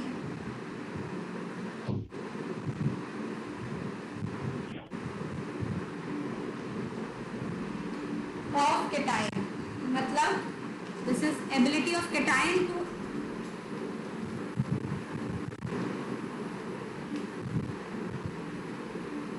distort electron cloud of an ion.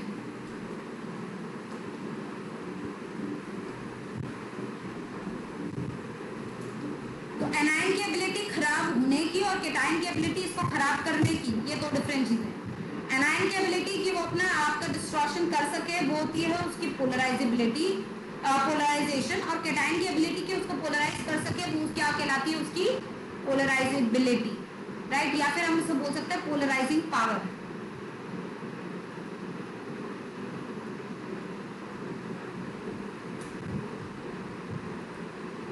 ये वाला टर्म भी यूज किया जाता है, पोलराइजिंग पावर। तो पोलराइजिंग पावर केटायन का और पोलराइजेशन एनायन, क्लियर हो गई। तो बस इतनी सी बात है, एनायन खराब हो रहा है तो उसकी एक एबिलिटी होगी खराब होने की, केटायन खराब कर रहा है तो एक उसकी एबिलिटी होगी खराब करने की। ये दोनों ही चीजें जो है ये कोवलेंट कैरेक्टर से डायरेक्टली प्रोपोर्शनल होंगी। जितना ज्यादा पोलराइजिंग पावर,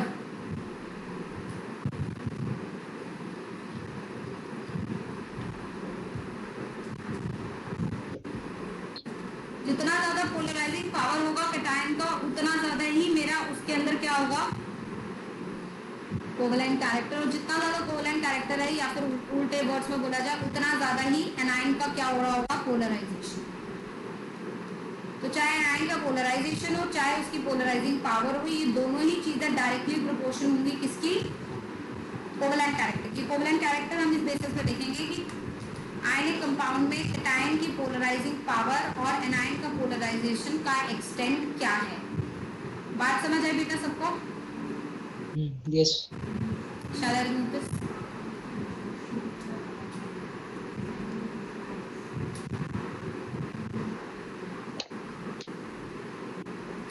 अब आते हैं how do we check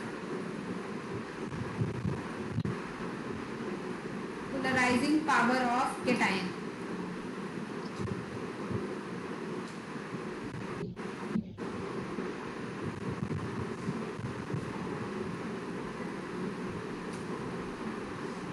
cation की पोलराइजेशन या पोलराइजिंग पावर किस बेसिस पे चेक करें। अच्छा, अब आपको उसके वहां जाना पड़ेगा कॉन्सेप्ट है कि पोलराइज वो कर कैसे रहा था और क्यों कर रहा था।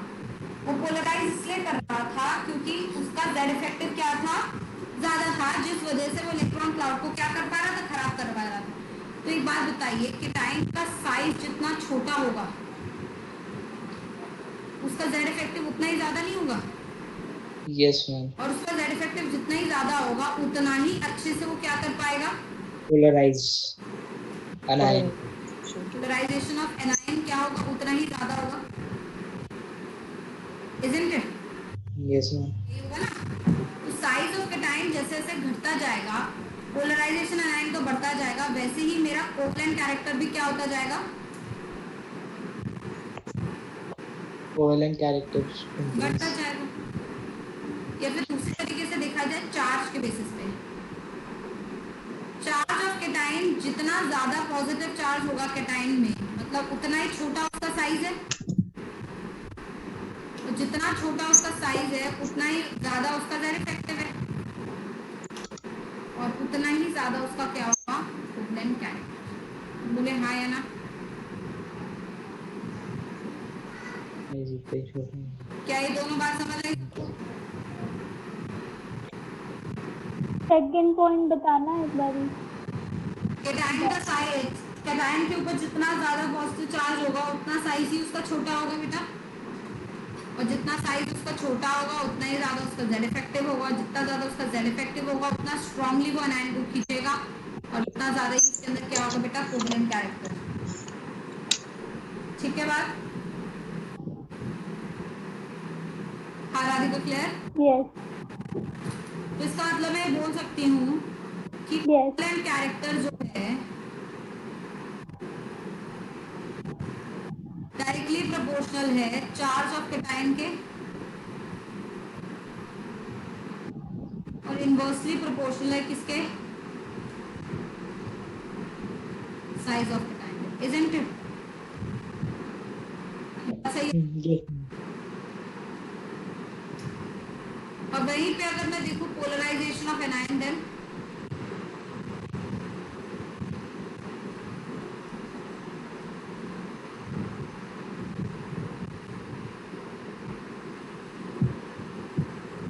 तो अगर एनायन की बात करें तो एनायन जो है उसका साइज जितना ज्यादा बड़ा होगा उतना उसका इलेक्ट्रॉन क्लाउड लूजली हेल्ड होगा। क्यों? क्योंकि उसका जेड फैक्टर उतना ही कम होगा, और जितना उसका इलेक्ट्रॉन क्लाउड लूजली हेल्ड होगा उतनी आराम से वो क्या होगा, डिस्ट्रॉट होगा। डिस्ट्रॉट होगा। आराम से वो डिस्ट्रॉट होगा मतलब उतना ही पोलराइजेशन एनायन का बढ़ जाएगा, और उसके अंदर कोवेलेंट कैरेक्टर भी क्या हो जाएगा, इंक्रीज। क्लियर बात? दूसरी चार्ज आती है बात चार्ज पे, चार्ज कितना ज्यादा उस पे चार्ज होगा उतना ही साइज हो जाएगा, क्योंकि एनायन पे तो नेगेटिव चार्ज होता है, नेगेटिव चार्ज जितना ज्यादा उतना बड़ा साइज, इतना बड़ा साइज, बढ़ गया, पोलराइजेशन भी उतना ही ज्यादा, पोलराइजेशन भी बढ़ गई,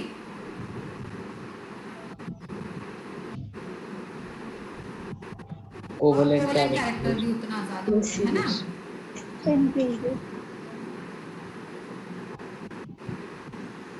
इसका मतलब यहाँ पे मैं लिख सकती हूँ कि Fusion। कोवेलेंट कैरेक्टर जो है वो डायरेक्टली प्रोपोर्शनल है किसके, साइज के, एनायन के, और डायरेक्टली प्रोपोर्शनल है किसके, चार्ज ऑफ एनायन के, है ना? बट कैटायन के चार्ज के डायरेक्टली प्रोपोर्शनल, साइज के inversely. Is that clear to everybody?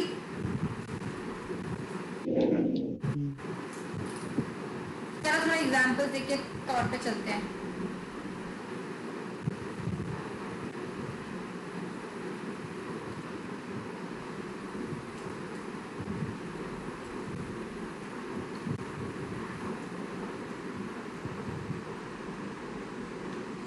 मैं इसमें कोवेलेंट कैरेक्टर देखना चाह रही हूँ बेटा।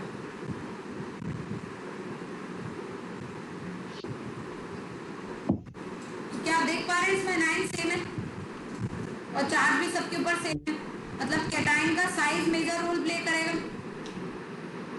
कैटायन का साइज क्या होता जा रहा है, नीचे जाता है तो बढ़ता जा रहा है। साइज अगर का बढ़ेगा साइज बढ़ेगा तो कोवेलेंट कैरेक्टर क्या होगा, तो covalent character decrease.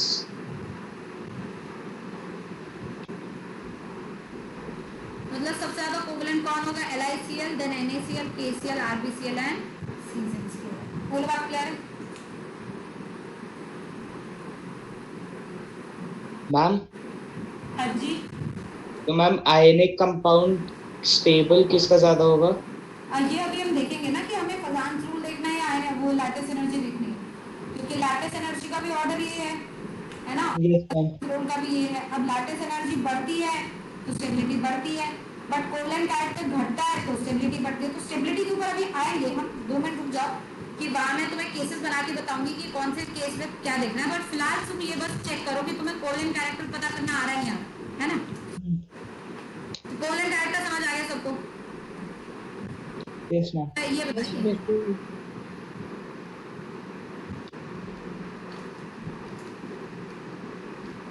Covalent character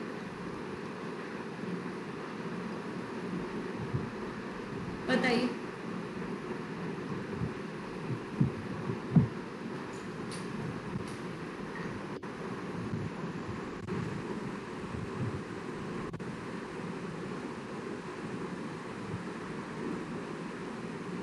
बताओ।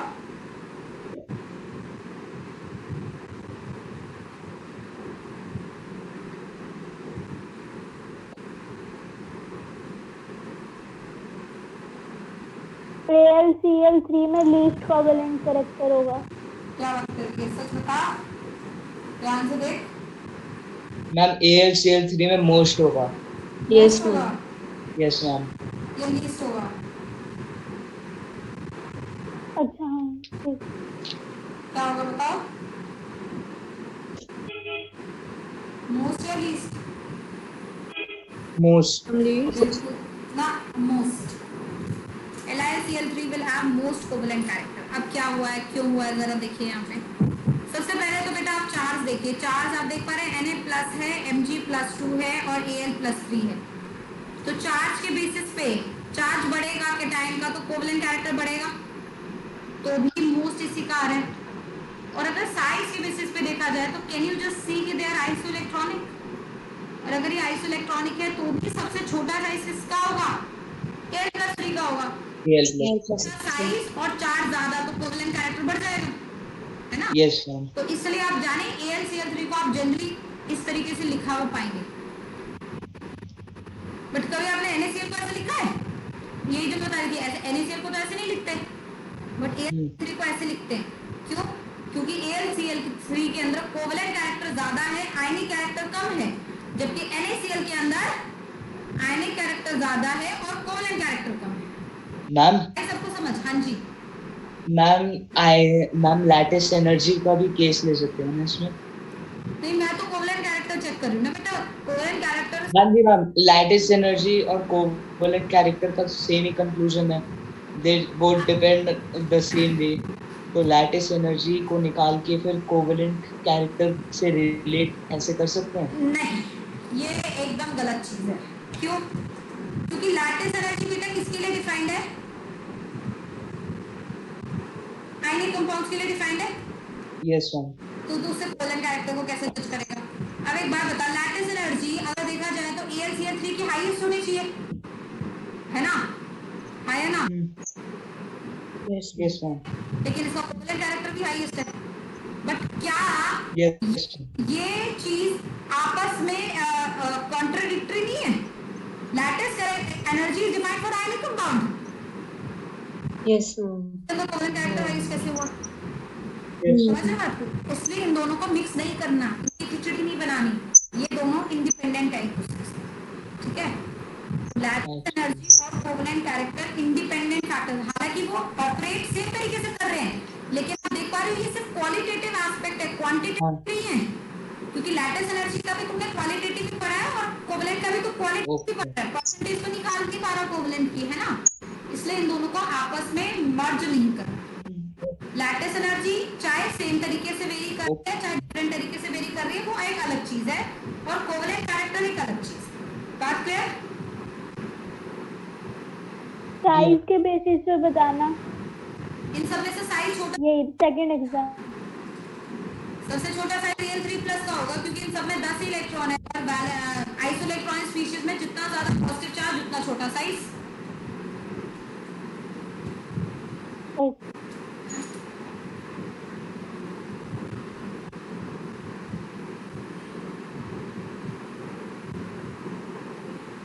हाँ, अब आते हैं नेक्स्ट चीज पे, जैसे हमारे पास आ गया LiF,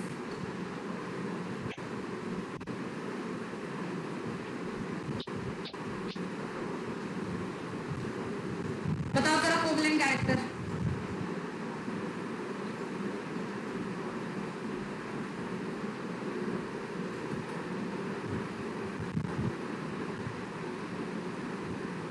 तो यहाँ पर देख पा रहे हैं एनाइन के ऊपर डिपेंड कर रहा है, यस और हम एनाइन का और साइज बढ़ता है तो कोवलेंट कैरेक्टर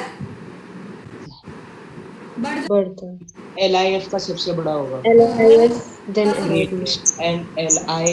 ये हुआ हाँ यस लीस्ट कोवलेंट कैरेक्टर, क्योंकि एनाइन में एनाइन का साइज बढ़ेगा तो कोवलेंट कैरेक्टर बढ़ेगा।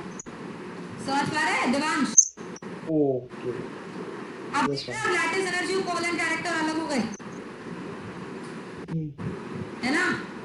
तो वो एक्चुअली में अलग ही है, तो बाई चांस की बात है कि एक आधे एग्जांपल में तुम्हें सेम तरीके से दिख रहे हैं, पर वो अलग ही है, इंडिपेंडेंट, दोनों एक दूसरे से इंडिपेंडेंट है, ठीक है। तो यहाँ मैं देखूंगी कि size of anion increases, covalent character increases.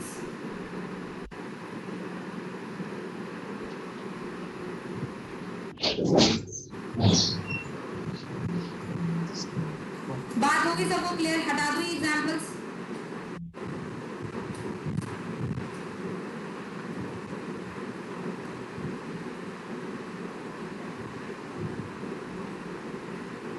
अब जरा बताइए,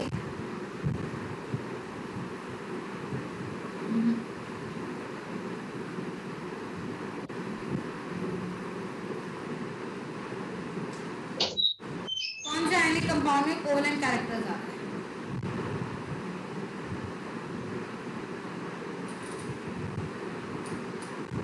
बात सुनिए मेरी, पहले आप बताने की कोशिश करिए क्या आप जो मैंने आपको पैरामीटर्स बताए उन बेसिस पे इनके बीच में कोवेलेंट कैरेक्टर को डिटरमाइन कर सकते हैं कि किसके अंदर कोवेलेंट कैरेक्टर ज्यादा होगा और किसके अंदर कम होगा?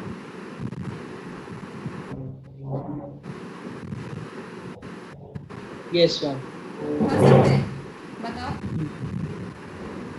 मैम चार्ज के बेसिस पे Cu का +2 तो Cl का -2, Ka का +1 तो Cl का -1, Cl बाय का charge charge. By not size, क्योंकि साइज और चार्ज दोनों ही वेरी कर रहे हैं ना यहाँ तो, यस मैम। है ना? तो by charge by not size, mu size तो मैं मैम प्रॉपर्टीज ही अलग है, एक S ब्लॉक है एक D ब्लॉक है। हाँ तो वही ना, मतलब तू साइज को पहचान नहीं सकता तो तूने चार्ज पहचान लिया है ना, ऐसे चलता है। ये तो आगे उसमें होता है, आइसोइलेक्ट्रॉनिक्स में होता है कि अभी तक आप साइज और चार्ज जो देख रहे थे वो आइसोइलेक्ट्रॉनिक में देख रहे थे कि एक दूसरे के साथ चल रहा था, और मैंने बोला था चार्ज को प्रेफरेंस मिलेगा साइज से जब आइसोइलेक्ट्रॉनिक ही होगा तभी। तो ये आइसोइलेक्ट्रॉनिक तो नहीं है, तो मैं कैसे क्यों बोल रही हूँ कि charge will get more preference over size? मैं नहीं बोल सकती। और चार्ज भी तो सेम है, तो चार्ज को क्या देख रहा है? Cu प्लस नहीं है, +2 मैम ये तो प्लस ही है, तो चार्ज क्यों देख रहा है? पहली बात तो ये बता मुझे। मैम तो एक क्यूप्रस होगा। हाँ क्यूप्रस होगा, इससे क्या है, क्यूप्रस भी तो होता है। तो अब क्या करें? अब सुने ध्यान से, apart from these two factors of charge and size, there is one more factor that operates in covalent character, and that is electronic configuration. जरा ध्यान दीजिएगा, इस बात को काफी गौर से सुनिएगा। आप इस कॉन्फ़िगरेशन को पहचानते हैं? Yes ma'am. ये किसकी कॉन्फ़िगरेशन है? P block. अरे तो ठीक है, noble gases पी ब्लॉक में किसकी है? 18 ग्रुप Noble नोबल गैस की है। नोबल सीजन नोबल गैस और इनर्ट गैस कॉन्फ़िगरेशन है ना? क्या आप इस कॉन्फ़िगरेशन को पहचानते हैं?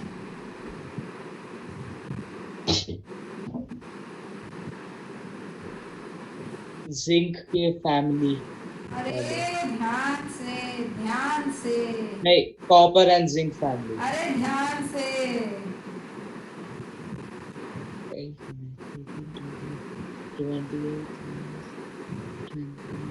कोबाल्ट नहीं, निकिल निकिल। कॉपर कॉपर अरे रुक जाओ, इतना आसान होता तो तुम्हें लगता है पूछ रही होती तुम। Nickel ma'am, nickel. No dear students, सुनो जरा मेरी बात, तुम जो भी डी ब्लॉक की बात कर रहे हो, डी ब्लॉक के अंदर n-1d नहीं होता हीरो? Yes ma'am. ये क्या है? yes ये nd नहीं है, मतलब 3s 3p 3d 4s 4p 4d, ऐसा कौन सा कॉन्फ़िगरेशन देखा तुमने? तुम की बात करोगे तो 3d 8 4s 2 होता है, कहाँ से हुई कॉन्फ़िगरेशन निकल की? n-1d8 ns2 आ रहा है, ये तो ns2 np6 nd10 का आ रहा है, नहीं आया ना? ये कॉन्फ़िगरेशन भी एग्जिस्ट करती है, बट ये कॉन्फ़िगरेशन किसी एलिमेंट की नहीं होगी, हमेशा आयंस की हो सकती है। ये क्यों नहीं हो सकती सुनो, क्योंकि एलिमेंट में जब भी डी इन्वॉल्व होगा तो अंदर वाला होगा ना, यस मैम। है ना? अंदर वाला डी इन्वॉल्व हो रहा होगा अगर डी ब्लॉक है तो, है ना? और अगर पी ब्लॉक या एस ब्लॉक है उसमें डी तो अंदर की भी अंदर वाला बहुत ही डीप इनसाइड होता है। वैलेंशियल कॉन्फ़िगरेशन तो ये होती नहीं है कभी भी किसी की, ये आयंस की वैलेंशियल कॉन्फ़िगरेशन होती है, और इस कॉन्फ़िगरेशन को बोला जाता है सूडो नोबल गैस। और ये देखो कब एग्जिस्ट कर सकती है, जैसे आप देखो आपने लिखा कॉपर, कॉपर क्या होता है? 3d10 4s1 खाया ना, ये होता है बैलेंस में बेटा। तो कॉपर प्लस 1 क्या होगा? 3d10 तो क्या इसके अंदर 3s2 और 3p6 नहीं होता? होता है ना? अब ये बना NH2NP6ND10। Yes ma'am. तो ये याद रखो, D अगर आपका N में है, ND है, NS है और NP है, तो ये और सिर्फ आयन की कॉन्फ़िगरेशन हो सकती है, ये कॉन्फ़िगरेशन कभी किसी एलिमेंट की नहीं हो सकती, पहली चीज तो। दूसरी चीज, अगर ये आयंस की है तो इस कॉन्फ़िगरेशन को सूडो नोबल गैस कॉन्फ़िगरेशन बोला जाता है, और ये डी ब्लॉक के आयंस की हो सकती है, जैसे कॉपर की हो गई, ठीक है। अब जिंक +2 को देखो, जिंक क्या होता है, 3D10 होता है, यस मैम। 4s2 होता है, 4s2 तो क्या होगा 3D10, मतलब बट इसका जिंक +2 के 3s2 3p6 भी तो है, यस मैम। तो ये भी सूडो नोबल गैस है, समझ रहे हो। मैम डी ब्लॉक के सारे ग्रुप सारे नहीं, ग्रुप 11 तो मतलब लास्ट के दो सिर्फ, हाँ जी मैम, ग्रुप 11 और ग्रुप 12 बस। सारे सीडो नोबल गैसेस होते हैं। आयंस में, आयंस आयनिक फॉर्म, मतलब copper silver gold, copper silver gold gold plus plus plus, zinc pseudo noble gas, zinc cadmium mercury, zinc cadmium soda pseudo noble gas, hydrogen. ये होते हैं pseudo noble gas. और या फिर कोई तुम ऐसे हाइपोथेटिकली बना पाओ तो वो बात अलग है, जैसे कि मैं कोई वो ले लेती हूँ, गैलियम ले लेती हूँ, गैलियम का +3 ले लेती हूँ, ये भी सूडो नोबल गैस बन जाएगा। कैसे, गैलियम 3D10 होता है, 4s2 41 यही होता है बेटा, तो +3 अगर मैंने गैलियम का ले लिया तो 3D10 नहीं बचा खाली, यस मैम। तो ये भी सूडो नोबल गैस बन जाएगा, समझ रहे हो, क्योंकि इसके अंदर 3s2 3p6 तो होंगे। ऐसे तो मैम हर एलिमेंट बन सकता हाँ है। बन सकता है, तो वही बस ये है कि अब इसके ये बस सवाल आता है कि इसका ये +3 स्टेबल है नहीं है, वो सारे सवाल आते हैं उनकी, वो ऑक्सीडेशन स्टेट हाँ। बना रहे हो वो बनती है नहीं बनती, वो सवाल आता है, पर उस पर भी घुसने की जरूरत नहीं। मेन बात ये, ओके। आप इसको पहचान पा रहे हो नहीं पहचान पा रहे, सूडो नोबल गैस हाँ। पहचान पा रहे हो नहीं पहचान पा रहे हो, बस ये ध्यान रखना ये आयंस में एग्जिस्ट करती है, एलिमेंट्स में एग्जिस्ट नहीं कर सकती, ठीक है। और किसी भी आयन में exist करती है, चाहे हाइपोथेटिकल हो चाहे एग्जिस्ट कर रहा हो, लेकिन उसके अंदर NH2NP6 और NP10 होना चाहिए। क्लियर बात, क्या तक क्लियर हुई है ना। यस। अच्छा, अब मैं क्या बता रही थी यहाँ पे, वो सुनिए, मैं बता रही थी कि आप देख पा रहे हैं यहाँ ये जो K+ है मेरा, K+ की कॉन्फ़िगरेशन क्या होगी, NH2NP6 होगी,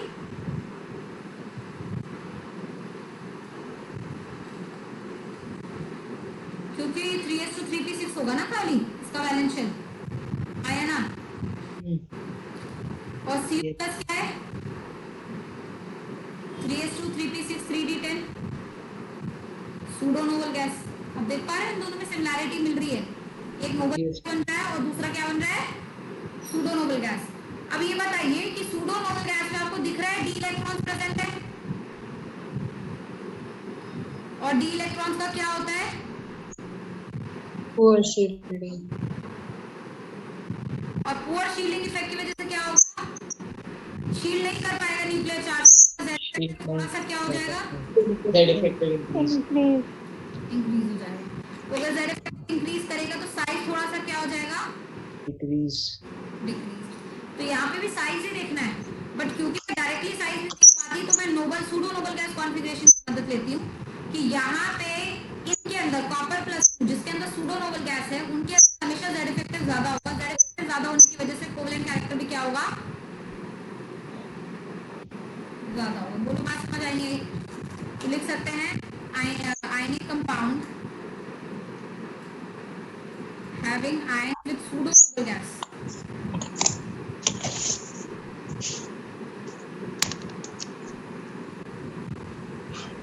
has more covalent character.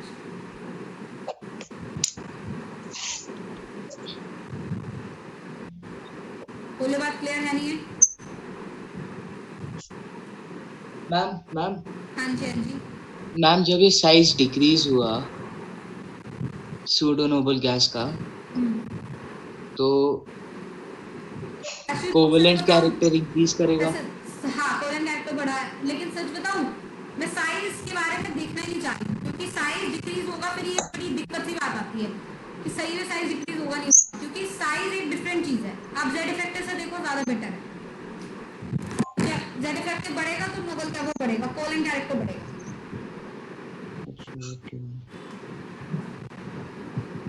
क्योंकि अगर मैंने तुम्हें साइज बताया ना, तुम साइज के बेसिस पे चेक करोगे कि अगर साइज पूछ लिया कॉपर और के प्लस का तो तुम बोलोगे कॉपर का साइज छोटा होता है के प्लस से, जो कि एक्चुअली में नहीं होता। तो इसलिए साइज मत बोलो, जेड इफेक्टिव से ही देखो।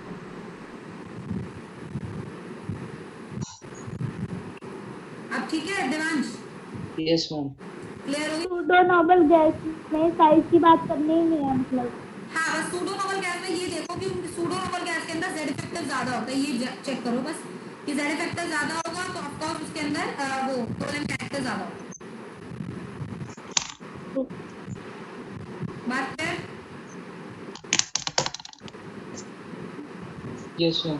ठीक, तो इसका मतलब अब आप 3 रूल समझ गए क्या? पहला साइज केटाइन का, चार्ज केटाइन का, साइज एनायन का, चार्ज केटाइन एनायन का, तो 2 चीजें तो यही होगी। और तीसरी चीज जो डोमिनेट कर रही है वो क्या है कि जब साइज और वो सब नहीं देख सकते तो आप क्या चेक कर लो, नोबल गैसेस। आपको इन तीनों से सवाल आएगा, इसके अलावा कोई और सवाल आपके पास आयनिक कंपाउंड्स में आएगा नहीं। तो अगर आयनिक कंपाउंड्स में कोवेलेंट कैरेक्टर जज करना है तो सिर्फ 3 ही फैक्टर होंगे, या तो चार्ज, या तो साइज, या फिर तीसरा जब आप चार्ज और साइज मेजर नहीं कर सकते तो आप क्या मेजर करेंगे? Noble gas Z gas effective. Configuration. Is that clear till now? Shall I remove this? Yes ma'am. तो कंक्लूजन ऑफ द डे कि फजान्स रूल आपने पढ़ लिया, जिससे आप ये निकाल सकते हैं क्वालिटेटिवली कि आयनिक कैरेक्टर, आयनिक कंपाउंड से अंदर कोवेलेंट कैरेक्टर कितना है। क्वालिटेटिव एनालिसिस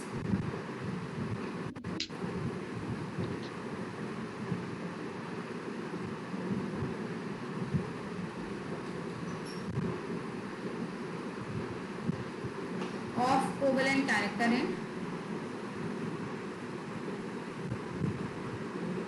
ठीक है, ये हमें पता चल गया। अब हम लोग एक्चुअली बात कर रहे थे किसकी?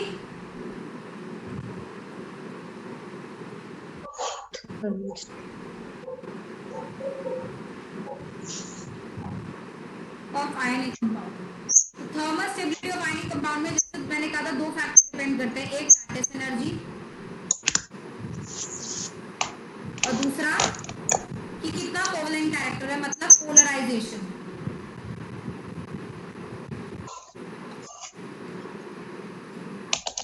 या फिर बोला जाए कोवेलेंट कैरेक्टर है। अब आपका रूल क्या है जरा ध्यान दीजिएगा। अगर आपकी लैटिस एनर्जी ज्यादा होगी तो कंपाउंड के अंदर थर्मल स्टेबिलिटी ज्यादा होगी, लेकिन अगर कंपाउंड के अंदर कोवेलेंट कैरेक्टर ज्यादा होगा तो आयनिक कैरेक्टर ऑब्वियसली कम हो जाएगा, और अगर आयनिक कैरेक्टर उसके अंदर कम होगा तो उसकी थर्मल स्टेबिलिटी भी कम मानी जाएगी।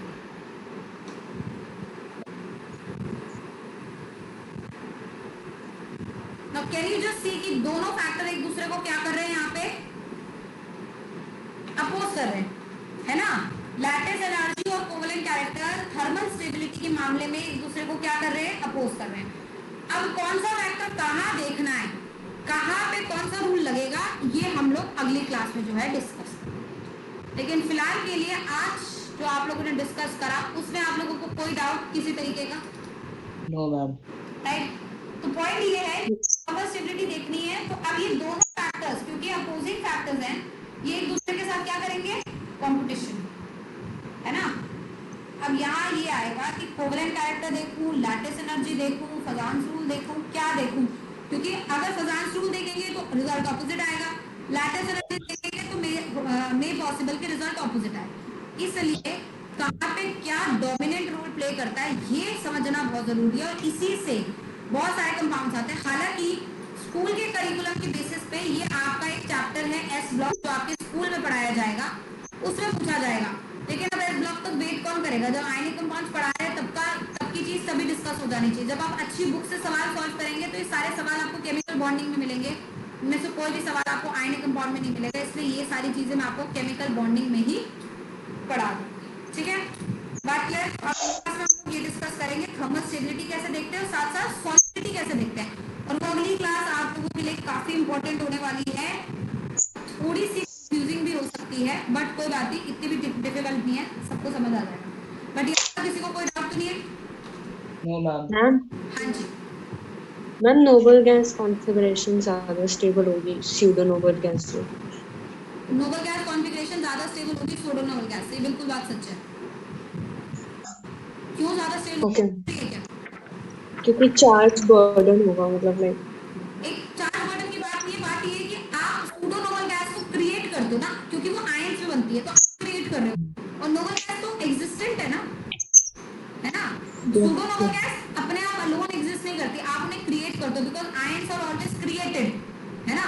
तो सिंपल सा लॉजिक इतना ही सी है कि सूडो नोबल गैस जो है वो आपने क्रिएट करी है, जबरदस्ती बनाई गई है, और जब इलेक्ट्रॉन रिमूव करोगे तो भी तो आपने एनर्जी दी होगी, है ना। स्टेबिलिटी की बात यस करें तो नो मैटर व्हाट आपकी इन जो वो गैसेस होती हैं वही सबसे ज्यादा स्टेबल होती है, नोबल गैसेस, और कभी इनर्ट भी होती है ना, रिएक्ट नहीं करती इतनी आसानी से। फिर कॉपर प्लस 2 तो रिएक्ट कर ही रहे हैं। वो सूडो मतलब ही सूडो का मतलब ही क्या हो गया, फॉल्स ना, वो तो मजाक है, नोबल गैस की कॉन्फ़िगरेशन तो मजाक ही है, वो कुछ नहीं होता, है ना, उनका कहीं से भी रिलेशन इनर्टनेस से है ही नहीं। बात क्लियर? यस मैम चलो, Yes, ma'am. Thank you ma'am. Okay. Thank you, ma'am. Thank you ma'am.